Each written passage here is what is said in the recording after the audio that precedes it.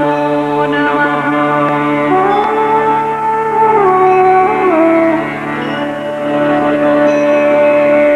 गजाननं भूतगणादिसेवितं कवित्तजम्बूफलसारभक्षणम् उमासुतं शोकविनाशकारणं नमामि विघ्नेश्वरपादपङ्कजम्।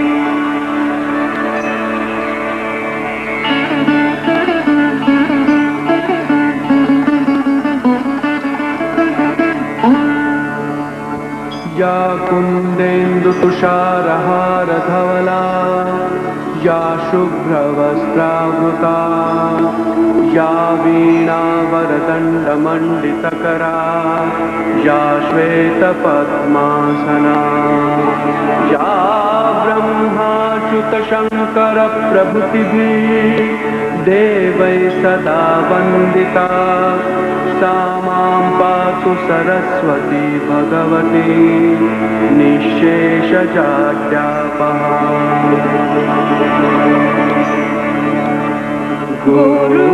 गुरुर्ब्रह्मा गुरुर्विष्णु गुरुर्देवो महेश्वरा गुरुर्साक्षात् परब्रह्म तस्मै श्री गुरवे नमः। सदा निरस्तकुहकं सत्यं वरं धीमहि यस्वानुभावमखिलश्रुतिसोम इदं विष्णुरवे चक्रामे त्रेरानिदधेवधम्म समूढमस्य पाकुसुरे स्वाहा विष्णो परमं पदं सदा पश्यन्ति सूरयः देवेव चक्षुरातनम्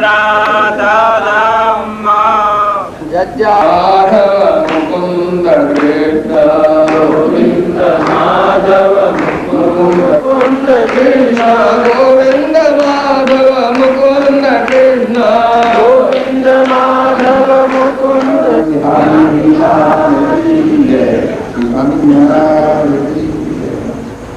गुरुदेव के चरणों में हमारे नतमस्तक प्रणाम। हमारे महात्मा विराजमान सबको सादर प्रणाम। आपको सूचित करके रहा होता है आज शांति कथा में श्री कृष्ण जन्म का शुभ प्रसंग आने वाला है। श्री कृष्ण कथा के लिए सब उत्सुक है और महाराज श्री जी अमृतवाणी हमें कृष्ण कथा के ऊपर सुनने को मिलती है तो अधिकाधिक आनंद की अनुभूति होती है। ओम नमो महादेव्याय। श्री गणेशाय नमः। सद्गुरुभ्यो नमः। श्री सरस्वत्यै नमः। नारायण नारायण नारायण नारायण। ओम नमः श्री परमहंसास्वादित चरण कमल चिन्ह करंदाय भक्तजनमानस निवासाय श्रीरामचंद्राय वागीशा यस्य वदने लक्ष्मीर्यस्य च वक्षसि यस्यास्ते हृदये संवित् तं नृसिंहमहं भजे। विश्वसर्ग विसर्गादि नवलक्षणलक्षितं श्रीकृष्णाख्यं परं धाम जगद्धाम नमामि तत्। ओम शांति शांति शांति।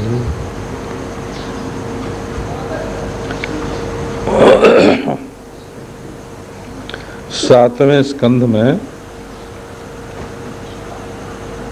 सत्कर्म के द्वारा कैसे वासनाओं में परिवर्तन होता है इसका वर्णन है। 8वें स्कंध में भगवत बल से, भगवान की कृपा के बल से वासनाओं का कैसे क्षय होता है इसका प्रतिपादन है। और 9वें स्कंध में वासनाओं का बीज कैसे नष्ट हो जाता है इसका प्रतिपादन है। तो वासना में परिवर्तन, वासना क्षय और वासना बीज की निवृत्ति, इन 3 बातों को ध्यान में रख करके ये सप्तम, अष्टम, 9वें स्कंध चलते हैं, जिससे 10वें स्कंध में भगवान की लीला स्पष्ट रूप से जगत में, दृश्य जगत में होने लग जाए, संपूर्ण दृश्य जगत ही भगवन्मय हो जाए। है तो पहले से ही संपूर्ण विश्व भगवन्मय, लेकिन हमारी वासनाओं के कारण उस पर पर्दा पड़ा हुआ है और उसके बीज अज्ञान आवरण के कारण पर्दा पड़ा हुआ है, वो इन लीलाओं के अनुसंधान से मिट जाता है। मैंने कल सुनाया था कि पहले 4 अध्यायों में अष्टम स्कंद के अर्थ, धर्म, काम, मोक्ष का वर्णन है और उसके बाद 10 अध्यायों में भगवान जीवों को क्या क्या दान करते हैं, कहाँ वो कामधेनु और कहाँ लक्ष्मी और कहाँ अमृत, वो यदि भगवान की कृपा न होए तो जीवों को मिल नहीं सकता है। उसके बाद 9 अध्यायों में ये वर्णन है कि जीव भगवान के प्रति क्या कैसे अर्पित करता है। और 4 अध्याय, 10 अध्याय, 9 अध्याय और 1 अध्याय में मत्स्यावतार के द्वारा वेदों के प्रामाण्य की स्थापना है कि बिना वेद के प्रमाण के ये भगवत धर्म और जीव धर्म दोनों की सिद्धि नहीं हो सकती। इसमें प्रमाण जो हैं वो तो वेद ही हैं। जीव के लिए जो धर्म निश्चित किया हुआ है उसमें नारायण एक तो दान है, जितना बने उतना अपने को देना चाहिए, नहीं तो घर में जो संपदा आती है उसके साथ किसी दूसरे का हक आ जाता है, बेईमानी हो जाती है, चोरी हो जाती है, नारायण दूसरे की हाय लगती है और वो नारायण अंत में बहुत नुकसान पहुंचाता है, बहुत हानिकारक होता है। और धर्म का दूसरा रूप है सत्य। सत्य में कम से कम इतना होना चाहिए कि मनुष्य झूठ न बोले। और धर्म का तीसरा अंग है प्रतिज्ञा निर्वाह। जो प्रतिज्ञा करे उसको पूरा करने के लिए चाहे कितना भी कष्ट सहन करना पड़े और करना चाहिए। ये अष्टम स्कंध की है संक्षिप्त रूपरेखा। नारायण, अब हम आपको वर्णन कर रहे थे कि जब अदिति ने 13 दिन का पयोव्रत किया तब भगवान के सामने ये समस्या आ गई कि बलि तो इस समय यज्ञ कर रहे हैं, धर्म में स्थित हैं, तो पथिचरण प्रभुभिर न चाल्यहा, जो ठीक रास्ते से चल रहा है बड़े लोगों को उसको वहाँ से विचलित नहीं करना चाहिए, क्योंकि वो ठीक कायदे से चल रहा है। जब मोटर कायदे से चल रही है, सड़क पर चल रही है, तो पुलिस को पकड़ लेने का कोई अधिकार नहीं है। अब तो महाराज भगवान ने कहा कि अच्छा, जैसे मैं परीक्षित की रक्षा के लिए उत्तरा के गर्भ में आया था, वैसे ही इंद्र और इंद्र के अनुयायियों की रक्षा करने के लिए मैं अदिति माता के गर्भ में आऊँगा। और वो गर्भ में आ गए। वामन भगवान का वर्णन वेदों में भी है। वामनोह विष्णुदास, पहले छोटे से वामन के रूप में प्रकट हुए और फिर विष्णु के रूप में प्रकट हो गए, उपनिषदों में बड़े हो गए। और उपनिषदों में भी वर्णन आया है, मध्य वामन मासीनम विश्व देवा उपासते, प्राण ऊपर जाता है, अपान नीचे जाता है, दोनों का विभाग करने वाले जो परम सुंदर वामन हैं बीच में बैठे हैं, यदि वे न हों तो अपान ऊपर की ओर जाए तो आदमी मर जाएगा, और प्राण नीचे की ओर जाए तो भी आदमी मर जाएगा। वो जीवन दाता परम सुंदर वामन भगवान हमारे प्राण और अपान के मध्य में बैठे हुए हैं। ऊर्ध्वम प्राणम उन्नयति अपानम प्रत्यगस्यति मध्य वामन मासीनम विश्वे देवा उपासते। अब वो वामन भगवान जो हैं वो कश्यप के अनुग्रह और अदिति के व्रत पूजा श्रद्धा के अधीन होकर उसके गर्भ में आए।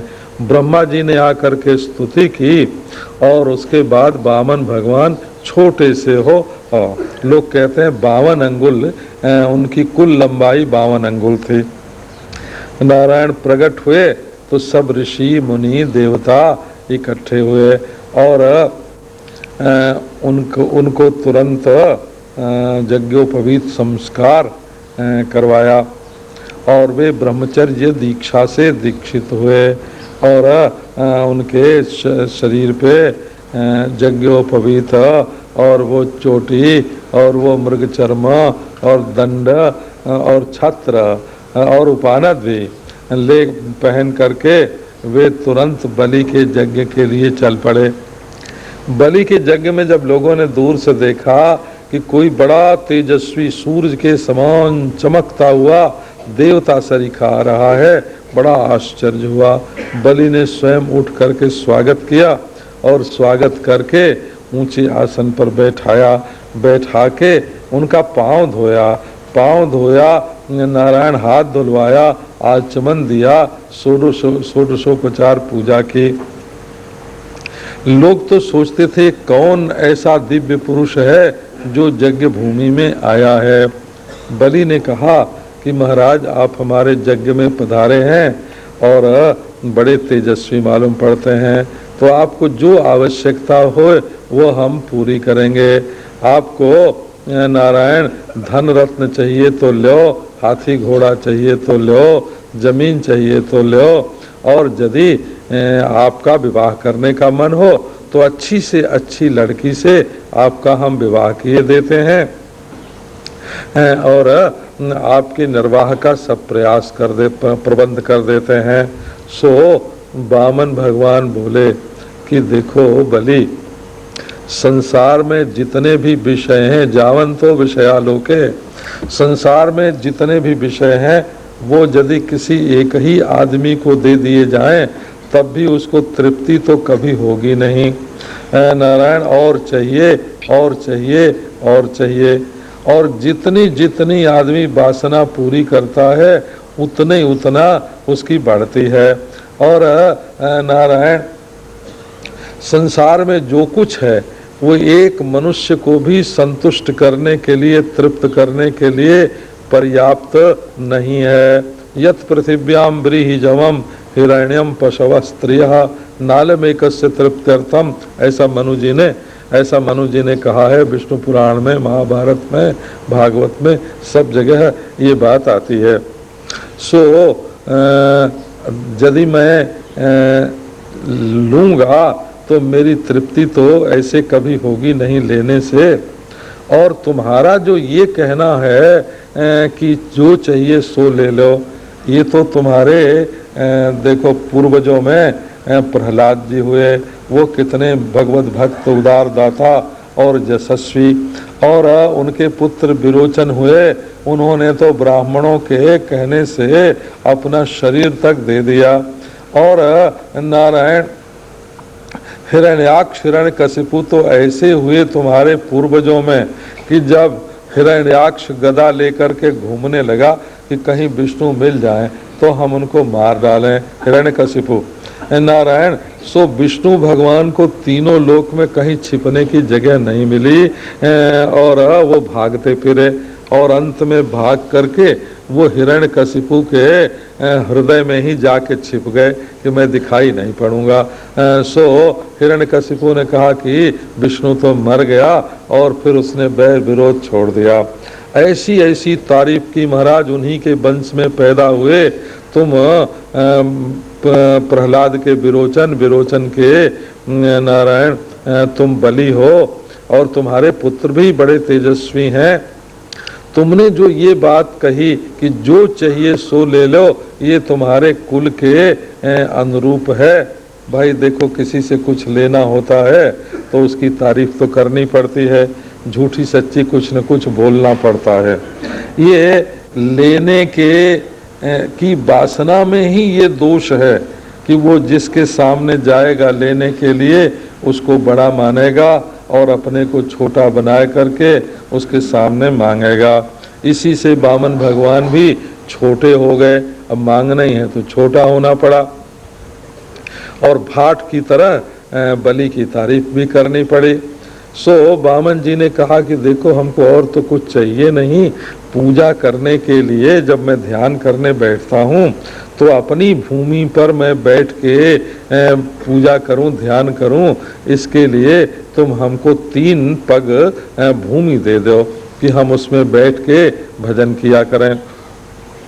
बलि हंसने लगे, बोले कि तुम्हारे जैसा नासमझ मैंने अभी तक कोई नहीं देखा है। तुम देखते नहीं किसके सामने खड़े हो। अरे मैं चाहूं तो एक द्वीप का द्वीप तुम्हें दे दूं, जम्बू द्वीप ले लो, प्लक्ष द्वीप ले लो, सालमली द्वीप ले लो, और जो एक द्वीप दे सकता है उसके सामने आकर 3 पग धरती मांगना, ये कोई बुद्धिमत्ता की बात नहीं है। अब वामन भगवान ने फिर समझाया कि नहीं, अधिक लेने से कोई लाभ नहीं है, हमको तो जित वित्तम जावत प्रयोजनम, धन उतना ही चाहिए अपने पास जितने से अपने प्रयोजन की सिद्धि हो जाती हो। हमारा प्रयोजन तो इतना, वित्तम जावत प्रयोजनम, बस हमारा तो काम इतने से ही चल जाएगा। अब बलि तो संकल्प करने के लिए तैयार हुए, परंतु उनके गुरु जी थे शुक्राचार्य, उन्होंने कहा अरे देखो जजमान, हमारी बात सुनो, बलि हमारी बात सुनो। ये कोई साधारण व्यक्ति नहीं है, ये तो देवताओं का पक्ष लेकर के विष्णु ही वामन बन करके आया है यहाँ मांगने के लिए, और ये 3 पग मांगेगा। तुम्हारे पास 3 पग देने के लिए कुछ भी नहीं रहेगा और अंत में तुम्हें नीचे के लोक में जाना पड़ेगा, इसलिए हमारी बात मानो। अब हाँ कर दिया तो कर दिया, लेकिन देने की कोई जरूरत नहीं है। सो नारायण, संसार के धनियों में ये पद्धति है और वेदों में ऐसा लिखा भी है कि जो आ करके मांगने वाला पूछे कि ये चीज तुम्हारे पास है और तुमने कह दिया कि हाँ है, तो आज न कल कोई न कोई वो तुमसे ले जाएगा, और यदि कह दिया कि नहीं तो फिर तुमसे कोई कुछ ले नहीं सकता। ओम करने पर सब देना पड़ता है और नेति करने पर कुछ भी देना नहीं पड़ता, अपना सब स्वरूप हो जाता है। और यदि दान करना भी होए तो जो तुम्हारी आमदनी है उसके 5 हिस्से कर दो। आमदनी शुद्ध, जो आमदनी अपने घर में होए उसका 5 हिस्सा करना चाहिए। तो उसमें 1 हिस्सा तो चाहिए धर्म के लिए, जिससे अपना जीवन पवित्र होए, धन पवित्र होए, परिवार पवित्र होए, लोक परलोक पवित्र होए।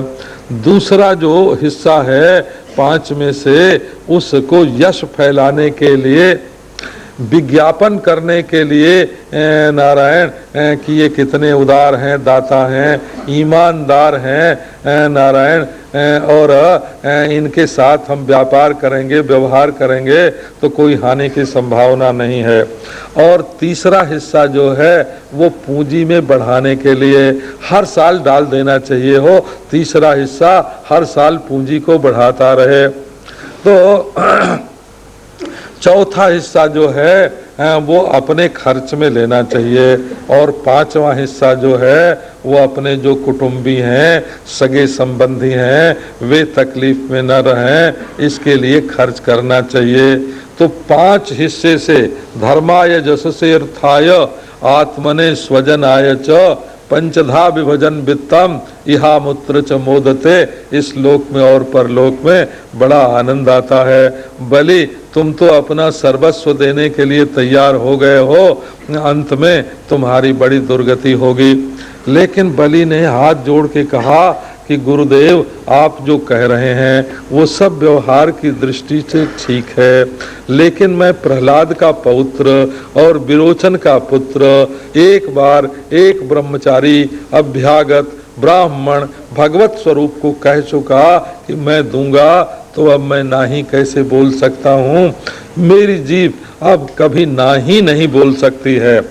दूसरी बात यह है कि आप कहते हैं कि ये साक्षात विष्णु हमारा सर्वस्व छीन लेने के लिए आए हैं। इससे बढ़ करके तो और कोई बात हो ही नहीं सकती।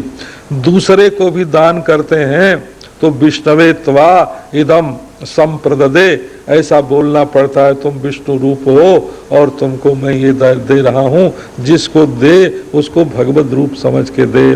और हमारे घर में तो साक्षात भगवान आए।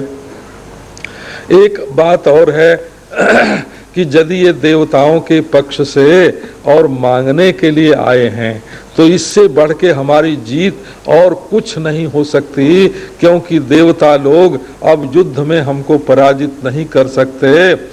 वो विष्णु को भी मंगता बना करके, भिखारी बना करके हमारे पास भेज रहे हैं, तो इससे बढ़िया तो हमारे लिए गौरव की कोई बात ही नहीं होगी। और यदि धर्म में स्थित हो करके हमारी दुर्गति होए नारायण, तो वो दुर्गति सहने के लिए मैं तैयार हूँ, लेकिन मैं तो दूंगा। अब शुक्राचार्य तो नाराज हो गए महाराज, क्योंकि दुनिया में जिसकी बात न मानी जाए बच्चे भी नाराज हो जाते हैं, छोटे मोटे लोग भी नाराज हो जाते हैं। नारायण, जिनकी समझ 4 हाथ आगे तक नहीं देख पाती है वो महाराज 50 हाथ आगे तक देखने वाले की बात नहीं मानते हैं और नाराज हो जाते हैं। ये दुनिया की रीति है। ये अब तो शुक्राचार्य नाराज हो गए तो उन्होंने कहा जाओ, मैंने जैसा कहा वैसे ही होगा, तुम्हें नीचे के लोकों में जाना पड़ेगा। अब नारायण उन्होंने झाड़ी उठा, वो उनकी पत्नी जो है वो उनके धर्म में बड़ा सहयोग करती थी। का ये तो सब कुछ है हमारे पति परमेश्वर का ही है। असल में ये श्रद्धा की बात होती है। वो गुरु परमेश्वर है, पिता परमेश्वर है, माता परमेश्वर है, पति परमेश्वर है। यदि कोई एक्सरे करवा के देखना चाहे कि इनके शरीर में परमेश्वर कहाँ है तो नहीं मिलेगा हो, और मरने पर पोस्टमार्टम भी करवाओ तब भी नहीं मिलेगा। नारायण, ये तो श्रद्धा की वस्तु है और अपनी निष्ठा जमाने के लिए है कि हमारा मन एकाग्र हो जाए। बलि ने जो चाहा कि अब संकल्प करें, उनकी पत्नी झाड़ी में पानी लेकर के आए गई और विधि पूर्वक सब काम जब संपन्न होने लगा, फिर भी शुक्राचार्य को महाराज बड़ा मोह। वो तो दैत्य गुरु थे।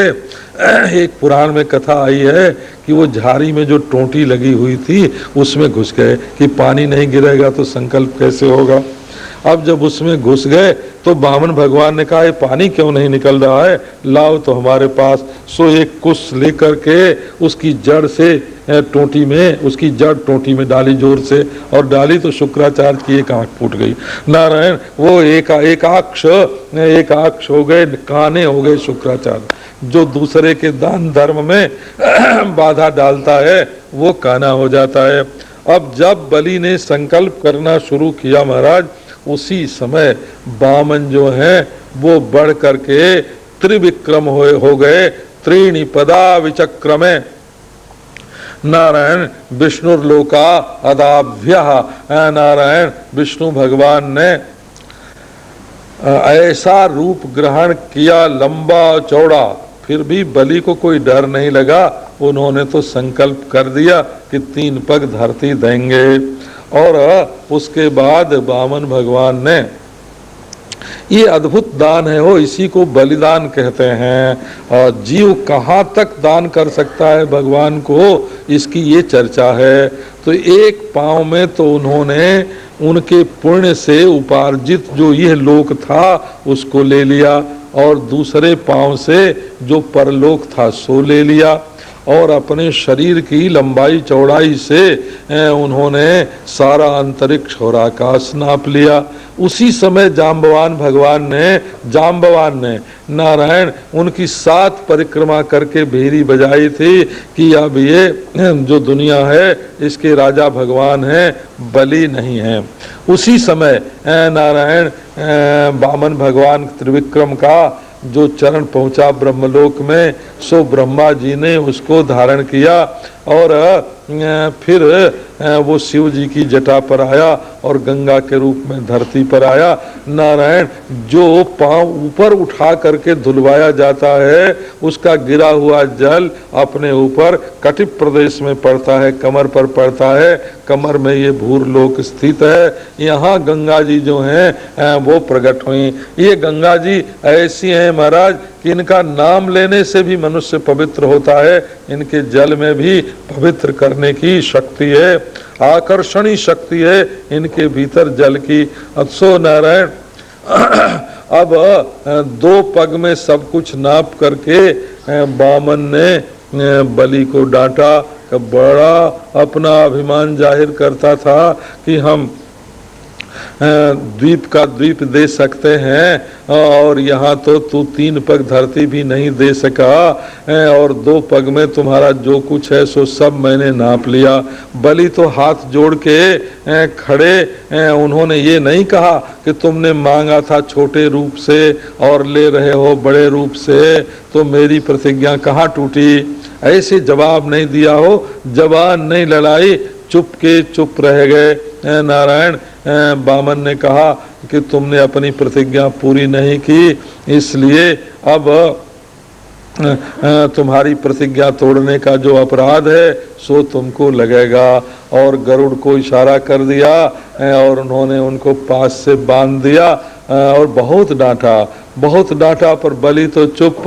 उन्होंने कहा कि एक बात है महाराज, आपने हमारा सब कुछ तो नाप लिया 2 कदम में, वो तो ठीक है, एक चीज हमारे पास और है और उसको आप तीसरे चरण से नाप लीजिए। अब तो सब लोग देखने लगे कि बलि के पास तीसरी चीज बची हुई कौन है। सो बोले पदम तृतीयम कुरु शीर्षणी में निजम, आप अपना जो तीसरा पग है वो हमारे सिर पर रख दीजिए, क्योंकि सब कुछ दिया गया पर दाता तो नहीं दिया गया ना। अभी देने का जो अभिमान है वो मेरा बचा हुआ है, उसको आप ले लीजिए। क्योंकि दाता जो है वो अपने को नहीं दे सकता, देना चाहे भी नारायण तो दाता के रूप में वो अलग हो जाएगा, क्योंकि साक्षी पर्यंत ब्रह्म पर्यंत आत्मा का स्वरूप है। दातृत्व जो है वो दातृत्व जो है वो हर हालत में बना रहेगा। अब जब तक परमात्मा से एकता न हो तो परमात्मा जो है उन्होंने अपना तीसरा पांव वामन भगवान ने जब बलि के सिर पर रखा तो परमात्मा के बल से ये अभिमान जो है मैं देने वाला हूँ, ये अभिमान भी मिट गया। अब उसी समय ब्रह्मा जी आए गए। ब्रह्मा जी कुछ बोल नहीं चाहते थे, इतने में बलि की जो पत्नी है विंध्यावली वो बोल पड़ी। सो महाराज स्त्री का आदर ब्रह्मा जी भी करते हैं। वो कहते हैं महाराज ये प्रसन्न रहें तो संसार में सब सुख शांति बनी है, और यदि स्त्री नाराज हो जाए महाराज तो घर में चाहे कितनी सुख संपदा हो शांति नहीं रह सकती है। सो ब्रह्मा जी क्या बोलते हैं आजकल अंग्रेजी पढ़े लिखे लोग, लेडीज फर्स्ट ना, तो नारायण वो पहले विंध्यावली को बोलने के लिए समय दे दिया। वो बोले कि देखो प्रभु, ये सारी संपत्ति जो विश्व सृष्टि में है, ये जीव जगत लोक परलोक वो सब पहले से ही आपकी है। जो इसको अपना मानता है वो तो अपराधी है। आपकी लक्ष्मी का, आपकी जो पत्नी है लक्ष्मी, उसका पति जो कोई अपने को माने लक्ष्मी पति नारायण, तो वो तो अपराधी होता ही है। सो ये दुर्बुद्धि की बात है। आपने बहुत अच्छा किया कि अभिमान सहित सारी संपदा ले ली। अब जब वो चुप हुई तो ब्रह्मा जी बोले कि प्रभु ये क्या आश्चर्य है, आप के चरणों में यदि एक तुलसी का पत्ता, एक दूब का अंकुर, एक चुल्लू जल कोई समर्पित कर दे तो उसको परम गति की प्राप्ति होती है। और दास्वान अविक्लव मनाहा कथम आरती मृच्छेद, जिसने बड़े धैर्य के साथ आपको आत्मा सहित सर्वस्व अर्पण कर दिया, अब उसको भी पास में बंधना पड़े और तकलीफ उठानी पड़े, ये कैसे उचित हो सकता है। सो नारायण उसी समय प्रहलाद जी आए गए और प्रहलाद ने आके नमस्कार किया भगवान को। बलि जी की आंखों में आंसू आ गए कि देखो मैं तो हमारे दादा आए हैं और उनको उठ के स्वागत भी नहीं कर सकता, प्रणाम भी नहीं कर सकता। प्रहलाद ने कहा कि प्रभु ये तो आपकी बड़ी कृपा है, जो मेरे ऊपर कृपा है, मेरे वंश के ऊपर कृपा है, इसको इतना अपनाते हैं कि जब उसको अपनेपन का अभिमान हो जाता है कि मेरा है, तो उसको स्वयं आकर छोटा बन के भी उसका अभिमान तोड़ते हैं। आपकी बड़ी कृपा। भगवान ने कहा कि देखो प्रहलाद जी, ये नारायण ये तो मेरा अनुग्रह है, क्योंकि जब मनुष्य के पास कोई हुकूमत आती है या ईश्वर जाता है और धन आता है और विद्या आती है नारायण, तो उसके मन में अभिमान हो जाता है, एक नशे में वो चूर हो जाता है। सो उस अभिमान को तोड़ करके मैं उसके ऊपर अनुग्रह करता हूँ। सो देखो ये बलि को नारायण, बलि पर तो मैंने अनुग्रह किया है, अब ये सुतल लोक में चले जाएं, वहाँ स्वर्ग से भी बढ़ करके संपत्ति है, और तुम भी इनके साथ चलो सुतल में, और वहाँ रोज इनको सत्संग मिलता रहेगा। तुम तो सत्संग की बात इनको सुनाते रहना, और बड़ी भारी संपदा, वहाँ तो सूर्य चंद्रमा की गति नहीं है, और वहाँ तो मेरा चक्र भी जा करके कोई हानि नहीं पहुँचा सकता। मैं स्वयं गदा लेकर के बलि के दरवाजे पर पहरेदार का काम करूंगा और इनको कोई तकलीफ नहीं पहुंचा सकेगा। मुनीनों ने अपना मैं मुझे दिया और मैंने अपना मैं इनको दिया, और मैं इनकी सेवा करूंगा। सो नारायण ऐसा कह करके बलि को तो उनके परिवार के साथ भगवान ने स्वर्ग से भी श्रेष्ठ सुतल लोक में भेज दिया, और कह दिया कि अगले मनवंतर में अब इंद्र बलि ही होंगे। अब नारायण इधर शुक्राचार्य से भगवान ने कहा कि ब्राह्मण देवता, इस यज्ञ में जो कमी रह गई हो उसको आप पूरा कर दीजिए। सो शुक्राचार्य बोले हाथ जोड़ करके कि महाराज, पहले तो हमारे जजमान बलि थे और मैं पुरोहित होकर यज्ञ करा रहा था, अब तो बलि का सर्वस्व आपका हो गया, अब तो जजमान हमारे आप हैं। हाँ, भगवान हमारे जजमान और मैं शुक्राचार्य आपका पुरोहित। बात यह है कि यज्ञ में यदि कोई कमी रह जाए तो आपका नाम लेने से ही वो पूरी हो जाती है। मंत्रतस तंत्रतस छिद्रम देश कालार्ह वस्तुतः सर्वम करोति निश्छिद्रम नाम संकीर्तनम तव। यदि कोई भी विधि विधान में कमी रह जाए तो आपका नाम लेने से वो पूरी हो जाती है। आपके नाम में अद्भुत शक्ति है, लेकिन फिर भी हमको तो ये सुख है कि आप हमारे जजमान बन के बैठेंगे और इस यज्ञ की पूर्णाहुति करेंगे। इससे बढ़ करके हमारे लिए गौरव की और कौन बात होगी। सो महाराज इस तरह यज्ञ पूर्ण हुआ और भगवान पृथ्वी का स्वर्ग का सारा राज्य लेकर के और इंद्र को दे दिया भगवान ने। और इंद्र ने कहा कि अब मैं तो महाराजाधिराज होकर के रहूंगा और महाराज तो आप ही रहिए। सो उनको उपेंद्र बना दिया हो नारायण, कार्यकारी अध्यक्ष बना दिया बामन जी को। और जैसे जब राजस्थान में ये हुआ कि इसमें राजा प्रमुख कौन होगा, तो उदयपुर के महाराजा बोले कि मेरा वंश सबसे श्रेष्ठ है, मैं हूँगा। जयपुर वालों ने कहा कि मेरी धन संपत्ति राज्य का विस्तार ज्यादा है, मैं बनूंगा। दोनों में जब मतभेद हुआ तो तो वल्लभ भाई पटेल ने उदयपुर के राजा को तो महाराजाधिराज महाराज महाराज प्रमुख बना दिया और जयपुर के राजा राज प्रमुख होकर के सब शासन करने लगे। नारायण ऐसे वामन भगवान सर्वाधिकारी हो गए, सर्वाध्यक्ष, और केवल इंद्र की पदवी तो आदर की रह गई। इस प्रकार कहना यह है कि भगवान जो हैं वो सब कुछ देते हैं और भगवान सब कुछ लेते हैं। जैसे अमृत आदि का दान उन्होंने जीवों के लिए किया, वैसे जीवों का सर्वस्व भी लिया। यही भगवान का दान नारायण और जीव का दान भगवान के प्रति कल्याणकारी है। इस बात को प्रकट करने के लिए आगे सत्यव्रत का उपाख्यान आया। उनके मन में अभिमान था कि मैं रक्षक हूँ, रक्षा करने वाला हूँ, परंतु एक मछली की भी जब वो रक्षा नहीं कर सके, नारायण भगवान ने अपने को मत्स्य रूप में प्रकट करके और वेद को जो हर के ले गया था दैत्य, वहां से ले लिया और वापस कर दिया। वो सत्यव्रत राजा इस मनवंतर में वैवस्वत मनु के नाम से प्रसिद्ध हुए हैं।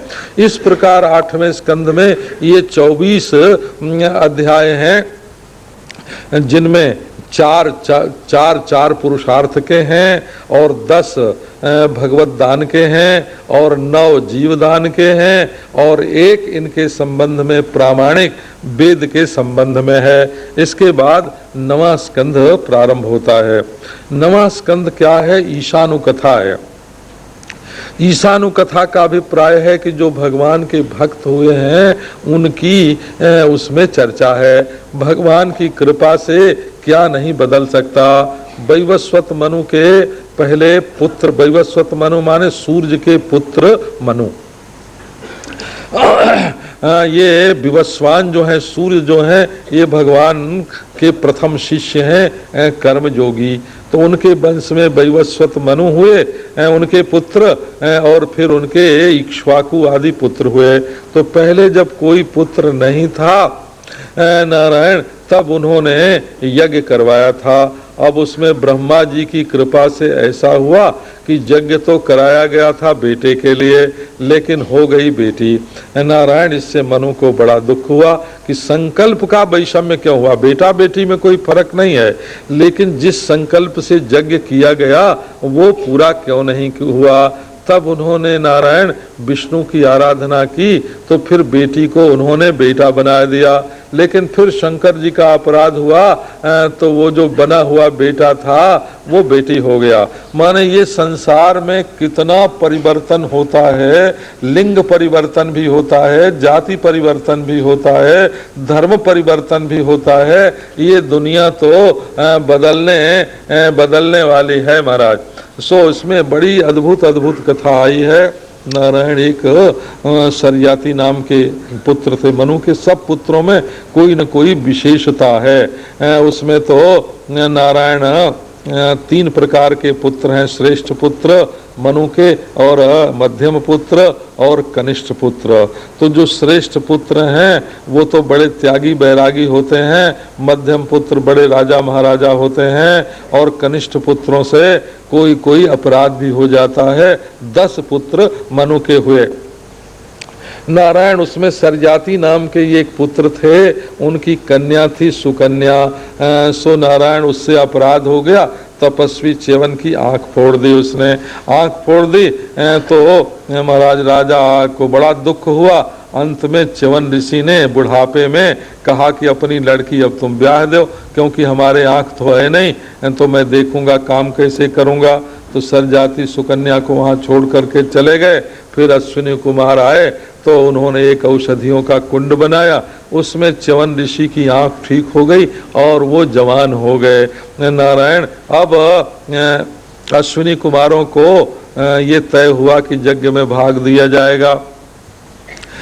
सो अश्विनी कुमार को भाग देते समय इंद्र ने वज्र जो मारा, सो च्यवन ऋषि ने अपने शक्ति से उसको रोक दिया। अब उसी सुकन्या के वंश में ये वैवस्वत मनु का वंश जो है वो बहुत बढ़ा। और रैवत थे महाराज एक राजा, उनकी बेटी सत्ययुग में पैदा हुई थी। वो ब्रह्मा जी के पास गए लेकर पूछने के लिए कि इसका विवाह किसके साथ करें। महाराज अपनी लड़की से अधिक योग्य वाला वर जब आदमी ढूंढने लगता है तो लड़की बहुत वर्षों तक कुमारी रह जाती है। असल में समान योग्यता वाले से ही विवाह कर देना चाहिए। बहुत श्रेष्ठ ढूंढने में बहुत विलंब लग जाता है और कन्या कुमारी रह जाती है। अब रैवत के मन में तो था कि जो दुनिया में सबसे श्रेष्ठ हो उससे हम विवाह करें। पूछने के लिए गए ब्रह्मा जी से। वहाँ जुड़ी थी संगीत सभा। थोड़ी सी देर हो गई। जब बाद में पूछा तब उन्होंने कहा कि जो तुम सतयुग में देख के आए थे वो तो सब मरा गए। अब तो ये द्वापर का युग आ गया। तो बलराम जी से उन्होंने ब्याह किया। अब बलराम जी तो थे ताड़ की तरह, वो रेवती तो थी ताड़ की तरह लंबी, और बलराम जी थे द्वापर के छोटे। अब एक ट्रैक्टर और एक साइकिल, नारायण ब्याह तो हो तो क्या हो। सो बलराम जी ने कहा अच्छा मेरे साथ ब्याह करना चाहते हो, ले करके हल जो कंधे पर लगाया लड़की के और दबाया, सो वो भी खट से महाराज छोटी हो गई जितने बड़े बलराम जी थे। लेकिन उम्र में फर्क होने से नारायण बलराम और रेवती की कभी पटी नहीं।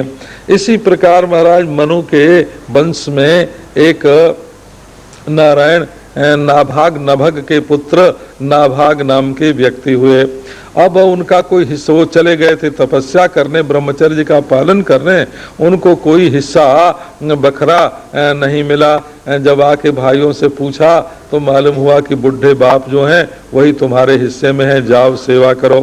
बाप ने कहा कि इनकी बात मत मानो, जाओ अमुक यज्ञ में जब ब्राह्मण लोग मंत्र भूल जाएंगे तब उनको तुम बता देना और तुम्हें हिस्सा मिल जाएगा। अब वहाँ गए, जो यज्ञ में बचा सो इनको मिला। रुद्र ने आके कहा कि ये तो हमारा हिस्सा है।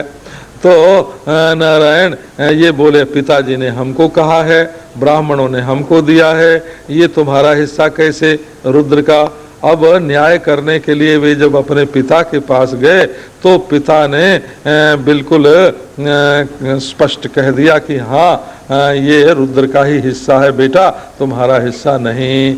इससे महाराज बड़े ही प्रसन्न हुए देवता लोग कि न्याय करने वाला होए तो ऐसा। और इन्हीं के वंश में फिर आगे चल करके अम्बरीश पैदा हुए जो भगवान के बहुत बड़े नारायण बहुत बड़े भक्त हुए।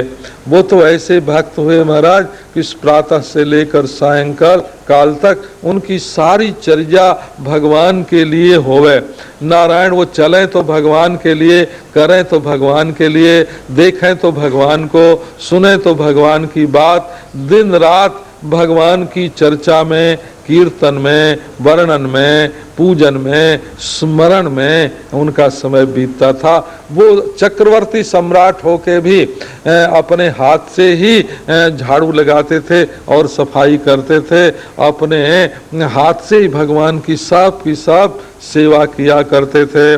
सो महाराज भगवान ने उनकी रक्षा के लिए अपने चक्र को नियुक्त कर दिया था, क्योंकि जब भक्त भगवान की सेवा पूजा में लग जाएगा तो जो उसके राज्य के शत्रु होंगे वो चढ़ाई करके नाश कर देंगे। सो भगवान ने अपना चक्र दे दिया और कह दिया उससे कि तुम अम्बरीश की सर्वविध रक्षा किया करो। एक बार अम्बरीश ने एकादशी व्रत का अनुष्ठान किया। जब पूर्णाहुति होने वाली थी उसकी, नारायण सो दुर्वासा जी महाराज उनके अतिथि हो गए। अब बहुत एक आधा क्षण शेष रह गई द्वादशी, और दुर्वासा जी तो निमंत्रण मानने के बाद भी जमुना जी में जा करके और गोता लगाए करके और फिर संध्या वंदन अर्घ्य आदि देने में लग गए 10,000 शिष्यों के साथ। अब यहाँ तो द्वादशी के पारण का समय बीतने लगा। तब ब्राह्मणों से अनुमति ली अम्बरीश ने कि अब क्या करना चाहिए। तो उन्होंने कहा कि भगवान का चरणामृत जल जो है वो तुम ले लो। तो अशीतम नाशीतंच तत्, नारायण एक प्रकार से वो भोजन भी हो जाएगा, व्रत की पारणा भी हो जाएगी, और तुम कुछ अपने घर का बना नहीं खाओगे तो व्रत भी बना रहेगा। सो अम्बरीश ने ऐसा कर लिया। अब दुर्वासा जी आए तो बड़े गुस्से में कि हमको निमंत्रित करके पहले ही खा लिया। अब आजकल तो महाराज हम लोग ऐसे ही खाते हैं। बहुत लोग नारायण आमंत्रित करने के बाद और घर के सब लोगों को खिला देते हैं, स्वयं भी खा लेते हैं, और मौज से जब हम लोग अपने समय पर जाते हैं तब खाते पीते हैं। पहले ये प्रथा थी कि किसी अतिथि को, अभ्यागत को आमंत्रित करने के बाद पहले उसको भोजन करा लें और तब भोजन करें। अब तो दुर्वासा बड़े ही नाराज हुए, और नाराज होकर के उन्होंने जैसे कोई गुस्से में आके अपने बाल नोच ले, वैसे अपनी जटा नोच करके उन्होंने धरती पर पटकी, और उसमें से एक कृत्या, नारायण कृत्या एक प्रकार की राक्षसी निकली, और वो अम्बरीश को खाने के लिए दौड़ी, और दौड़ी तो भगवान का दिया हुआ तो चक्र था ही महाराज। उसने उस कृत्या को तो वहीं नष्ट कर दिया, उस राक्षसी को मार दिया। अब वो दुर्वासा जी के पीछे दौड़ा। दुर्वासा जी महाराज भगे, और भगे भगे महाराज वो शिवलोक में गए कि शिव जी का तो मैं स्वरूप ही हूँ, उनसे प्रकट हुआ हूँ। नारायण शिव जी ने कहा हटो हटो, तुम हमारे पास मत आओ, मैं तुम्हारा मुंह नहीं देखना चाहता। मेरे हो करके तुम ऐसा काम करते हो, भक्त को सताते हो। और एक उपदेश कर दिया महाराज, जो शिवोक्त भक्ति मार्ग है जिसमें भगवान की आराधना की जाती है। ब्रह्मा जी के पास गए, ब्रह्मा ने कहा अरे अम्बरीश ने तो ब्राह्मणों से अनुमति लेकर, स्वीकृति लेकर के और तब चरणामृत का पान किया था, तो हमारी स्वीकृति तो पहले। उन्होंने भी एक उपदेश किया कि महाराज भगवान के भक्त के सामने हमारी कुछ नहीं चलती है, संपूर्ण विश्व भगवान के अधीन है। अब दौड़े दौड़े नारायण दुर्वासा जी जो हैं वो विष्णु भगवान के पास पहुंचे, और चक्र उनका पीछा कर रहा। अब विष्णु भगवान के चरणों में जब जाके गिरे, तब विष्णु भगवान ने कहा कि देखो दुर्वासा जी, हम कोई स्वतंत्र थोड़े ही हैं, और हम भक्त पराधीनो हिय स्वतंत्र इव द्विज। मैं माना जाता हूँ स्वतंत्र, पर मैं तो अपने भक्तों का गुलाम हूँ, अपने भक्तों के पराधीन हूँ। मैं बिल्कुल अस्वतंत्र हूँ, क्योंकि साधुओं ने अपने भक्ति और प्रेम से, हमारे भक्तों ने हमारे हृदय को अपने अधीन कर लिया है। मेरे प्यारे हैं भक्त, और भक्तों का प्यारा हूँ मैं। सो नारायण ना हम आत्मान आशा से मद भक्त ही साधु भी बिना, अपने सज्जन भक्तों के बिना मैं स्वयं भी अपने आप को रखना नहीं चाहता हूँ। मैं रह के क्या करूँगा जब मेरे भक्त ही नहीं रहेंगे। ईशितव्या भावे ईश्वरा भाव प्रसंग। शंकराचार्य भगवान ने कहा कि यदि कोई प्रजा ही नहीं रहेगी तो राजा कहाँ से होगा, यदि जगत नहीं रहेगा, जीव नहीं रहेगा, तो ईश्वर ईश्वर किसका रहेगा। सो नारायण मैं तो भक्तों के बिना रह नहीं सकता, लेकिन तुम मेरी शरण में आए हो, और शरणागत की रक्षा मेरा धर्म है, इसलिए तुम फिर अम्बरीश के पास जाओ। अम्बरीश माने भगवान के विरहाग्नि में भट्ठे की तरह जो तपता रहता है। नारायण अम्बरीश माने भ्राष्ट्र होता है, भट्ठा जिसमें आग लगी हो, ऐसा भगवान के लिए विरहाग्नि से व्याकुल अम्बरीश उनके पास गए, और दुर्वासा जी जा करके उनके चरणों में गिर पड़े। सो अम्बरीश ने झट उनको उठा के उनके चरण स्पर्श किए नारायण, और बोले कि ब्राह्मण तो हमारे कुल के देवता हैं, आप साक्षात भगवान हैं, ऐसा क्यों कर रहे हैं। और चक्र की बड़ी विलक्षण स्तुति की महाराज कि ये चक्र जो है नारायण, ये तो साक्षात भगवान के रूप हैं। सुदर्शन सहस्रार बारंबार नमस्कार करके उनसे क्षमा मांगी, चक्र देवता शांत हो गए। इतने में 1 वर्ष बीत गया था, और 1 वर्ष तक राजा अम्बरीश केवल जल पी के ही रहे, भोजन उन्होंने नहीं किया। जब दुर्वासा जी को शिष्यों के सहित भोजन करा लिया, तब स्वयं भोजन किया उन्होंने। नारायण, आपको ये दुर्वासा का चरित्र सुन के ये होता होगा कि दुर्वासा बुरे हैं। का असल में दुर्वासा बुरे नहीं हैं, दुर्वासा शंकर जी के अवतार हैं। और उनका अभिप्राय ये होता है कि ये कितना बड़ा भक्त है और कितने कष्ट में भी भगवान का विश्वास और भक्ति नहीं छोड़ता है, ये बात लोगों के सामने जाहिर कैसे हो। तो भगवान की महिमा प्रकट करने के लिए और भक्त की महिमा प्रकट करने के लिए, भक्ति का यश बढ़ाने के लिए दुर्वासा जी जो हैं वो ऐसे ऐसे काम करते हैं कि दुर्वासा जी की तो भले बदनामी हो जाए, लेकिन भक्त की बदनामी न हो और उसका यश, उसकी कीर्ति बढ़े। और भगवान भक्त की कैसे रक्षा करते हैं। दुर्वासा न आते तो भगवान चक्र का चक्र रक्षा करता है अम्बरीश का, ये पता कैसे चलता। और नारायण, भगवान भी अपने भक्त के अपराधी की स्वयं रक्षा नहीं करते हैं, भक्त क्षमा करता है तभी वो अपराध क्षमा होता है। ये सब बात जो है, और अम्बरीश कितने बड़े भक्त हैं, ये बात कैसे प्रकट होती। ये तो दुर्वासा जी की कृपा है कि आज हम लोगों को अम्बरीश का चरित्र मालूम पड़ता है। सो नारायण, इस प्रसंग में बड़ी बड़ी कथाएं नवम स्कंध में आती हैं महाराज, और एक से एक विलक्षण हैं। और बड़े तपस्वी हैं, बड़े तपस्वी हैं सौभरी ऋषि। वो भी जब मछलियों का विहार करते हैं, उनकी कंपनी बिगड़ गई हो, सोसाइटी बिगड़ गई, और सोसाइटी बिगड़ गई और देखें मछली आपस में कैसी कैसी जल विहार करती हैं, क्रीड़ा करती हैं। सो उनको देख के उनके मन में भी ब्याह करने की इच्छा हो गई और मानधाता के पास गए कि तुम्हारे कन्या बहुत हैं, हमसे ब्याह कर दो।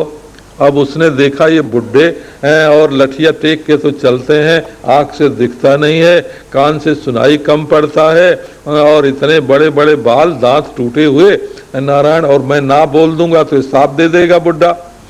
सो बोले कि तुम चले जाओ कन्याओं के बीच में, जो कन्या तुम्हें पसंद करेगी उसी से ब्याह कर लेंगे। अब वो समझ गए महाराज, बुद्धि, महात्मा की बुद्धि तो ईश्वर तक पहुंचती है, दृढ़ से लेकर के परमेश्वर तक पर महात्मा की बुद्धि में होता है। उन्होंने कहा अच्छा बुढ़ा समझ के अपमान करते हो बेटा, जाते हैं। अब तो महाराज बड़े सुंदर नारायण और जवान बन गए, जैसे आजकल फिल्म के अभिनेताओं के पीछे लड़कियां घूमती है ना महाराज नारायण। वो ये नहीं जानती हैं कि ये तो फिल्मी है नारायण, ये तो नाटक करने वाला, एक बढ़िया डायलॉग बोलने वाला और सकल सूरत दिखाने वाला है। वो तो देख करके उसके ऊपर मोहित हो जाती हैं, यही बहुत बढ़िया है। अब महाराज, अब तो सब की सब लड़कियां मोहित हो गई, 50 आपस में लड़े कि ये मेरे लायक है, ये तुम्हारे लायक नहीं है, इससे मैं ब्याह करूंगी। अब तो मानधाता को मालूम हुआ तो बोले ठीक है महाराज, जब आप बुढ़े से जवान हो सकते हो तो 50 से ब्याह भी कर सकते हो। अब हो गया ब्याह हो गया महाराज। 5000 बरस तक उन्होंने इतने संतान उत्पन्न किए, अंत में एक दिन देखा सूर्योदय हो रहा है और बोले कि अरे मैंने तो अभी तक आज संध्या वंदन नहीं किया। सो एक स्त्री बोली कि महाराज 5000 बरस से एक दिन भी आपको संध्या की याद नहीं आई, आज ही सूर्योदय हो रहा है। हाँ, वो तो भूल, जो काम भोग में लग जाता है महाराज, उसको धर्म कर्म सब भूल जाता है। फिर उनको वैराग्य हुआ और उन्होंने छोड़ा। इस प्रसंग में ऐसी कथाएं हैं कि जो बड़े बूढ़े हैं महाराज, गुरु और शिष्य में भी लड़ाई हो जाती है, ऐसी कथा है। बाप और बेटे में भी लड़ाई हो जाती है, पति और पत्नी में भी लड़ाई हो जाती है। इसमें बीज नाश कहाँ है कि भगवान का जो अनुग्रह है वही अच्छे बुरे सबके दोषों का नाश जो है वो भगवत कृपा, और भगवत कृपा से जो सबकी एकता का, समता का, असंगता का जो बोध है वही बीज का नाश करता है। सो नारायण यहाँ तो गुरु चेले में लड़ाई हो गई, आपको मालूम होगा। देखने में तो वशिष्ठ और सौदास की लड़ाई हुई, सुदास की नारायण, लेकिन उससे हुआ क्या कि वंश बदल गया। वंश बदल गया माने वशिष्ठ का वंश आगे चल गया, जिसमें रामचंद्र पैदा हुए। एक सगर राजा थे, उनके पौत्र नारायण इतने प्रभावशाली हुए कि उन्होंने समुद्र को खोद दिया। का ऐसे राजा हुए महाराज भगीरथ, जो गंगा जी को नारायण ले आए, और वो गंगा जी बहने लगी, पवित्रता की धारा, जिसमें स्नान करने से सारे पाप ताप नष्ट हो जाएं।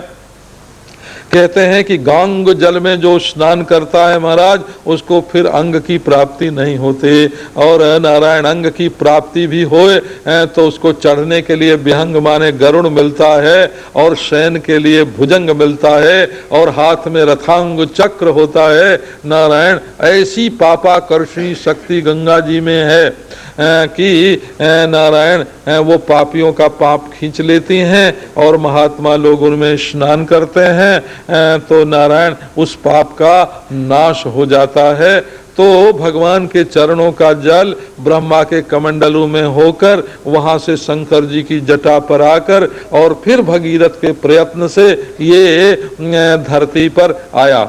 इसी प्रसंग में पहले इससे हरिश्चंद्र आदि की भी कथा है नारायण। अब क्या नाम है कि इसी भगीरथ के वंश में आगे चल करके दिलीप रघु अज आदि के क्रम से दशरथ जी की उत्पत्ति हुई। और दशरथ जी के आप जानते ही हैं 4 पुत्र हुए, राम, लक्ष्मण, भरत और शत्रुघ्न। ये बात है, एक बात आपको सुना दें, नहीं तो शायद आपको संतोष नहीं होगा कि श्रीमद् भागवत में रामचंद्र का जो चरित्र है वो केवल 2 अध्याय में है, 2 अध्याय में है, और अधिक से अधिक उसमें 70-80 श्लोक हैं कुल के कुल। ये तो श्री कृष्ण प्रधान, नारायण प्रधान ये पुराण है। तो रामचरित्र तो वाल्मीकि रामायण आदि में विस्तार से है ही, भागवत में विस्तार से नहीं कहा गया। लेकिन आजकल जो कथावाचक लोग हैं वो तो महाराज स्तुतियों का प्रसंग छोड़ देते हैं और उपदेशों का प्रसंग भी छोड़ देते हैं। अब उन्हें 7 दिन के लिए कुछ कहने को तो चाहिए ना, इसलिए 1 दिन 2 दिन में बढ़ाए करके राम कथा का ही वर्णन करते हैं।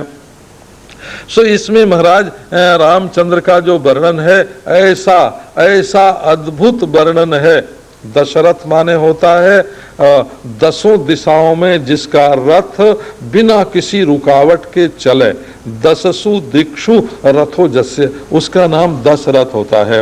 और 10 इंद्रियों को अपना रथ बना करके नारायण जो संयमी के रूप में रह रहा हो उसका नाम होता है दशरथ। उसकी पत्नी है कौशल्या माने कुशल बुद्धि, पवित्र मन का नाम दशरथ है। और नारायण सूक्ष्म जो बुद्धि है और शुद्ध बुद्धि है उनका नाम है कौशल्या। कुशल शब्द से बना ये कौशल, और कौशल से कौशल्या बन गया महाराज।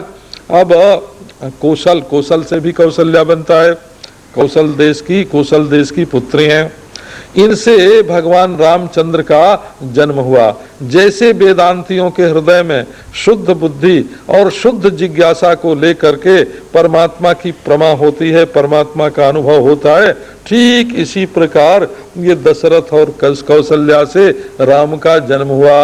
और जैसे वेदांतियों के नारायण प्राज्ञ ईश्वर और तेजस हिरण्य गर्भ और विश्व वैश्वानर होते हैं, वैसे ये 3 भाई भरत, लक्ष्मण, शत्रुघ्न, ये तीनों भाई हुए। जैसे वैष्णव का चतुर्व्यूह है ऐसे ये चतुर्व्यूह है नारायण। अब ये अवतार ले करके भगवान श्री रामचंद्र ने यहीं से प्रारंभ किया है। कौशलेंद्रो वतान्ना, ये रामचंद्र हम लोगों की रक्षा करें।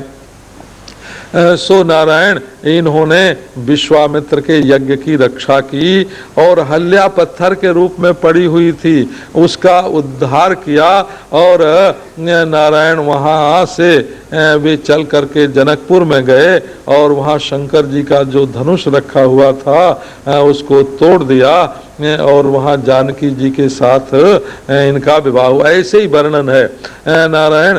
और वहाँ परशुराम जी आए, सो परशुराम में जो शक्ति वैष्णवी पहले से छिपी हुई थी उसको उन्होंने अपने अंदर ले लिया।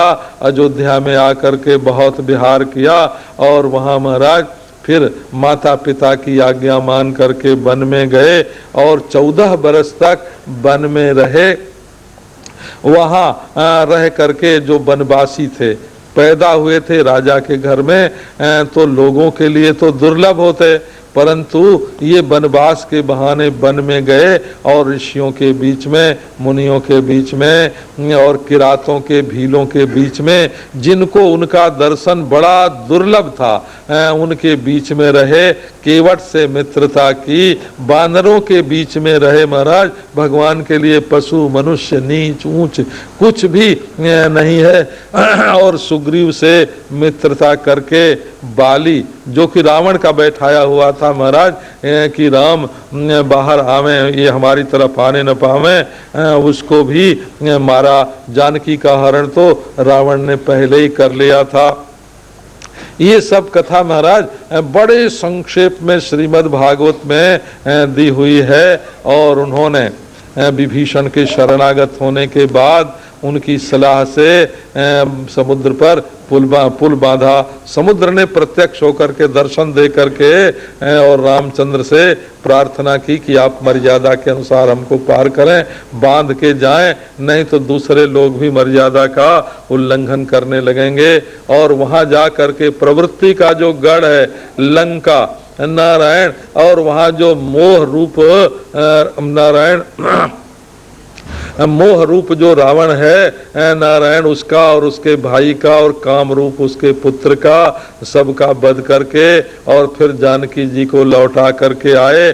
14 वर्ष पूरा होने पर अयोध्या में ठीक उसी दिन पहुंचे जिस दिन 14वां वर्ष पूरा होता था। भरत जी को बड़ा आनंद हुआ, सारे अयोध्या वासी आनंद में आ गए और फिर राम का राज्याभिषेक हुआ, बड़े आनंद से रहने लगे।